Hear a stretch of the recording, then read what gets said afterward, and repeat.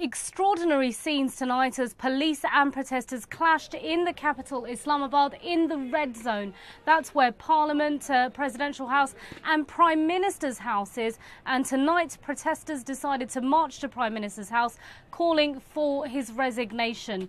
Well, when they went there, police decided to fire into the air, trying to scare them off. We don't know whether they're using live rounds or rubber bullets, and fire tear gas at the crowds, but the crowds refused to disperse. They refused to go away. They want to see Prime Minister Nawaz Sharif step down. He is refusing to do so, releasing yet another statement tonight, telling us that he will not resign, and for the government to step down is out of the question. Now, these protesters have gathered on the calling of Imran Khan, cricketer turned politician leading his party, the Movement for Justice, an opposition party which also runs the province of Khyber Pakhtunkhwa in the northwest of Pakistan. He's crying foul of last year's elections, saying that they were rigged. First he called for a recount, then he called for a re-election. When those calls fell on deaf ears, he called on his supporters to march to the capital. He was joined by a cleric, Tahirul Qadri, and his supporters calling for reform.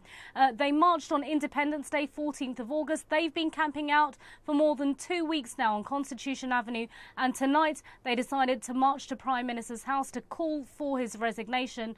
But he says he will not go. They say they won't go until he does. Saima Mohsin, CNN.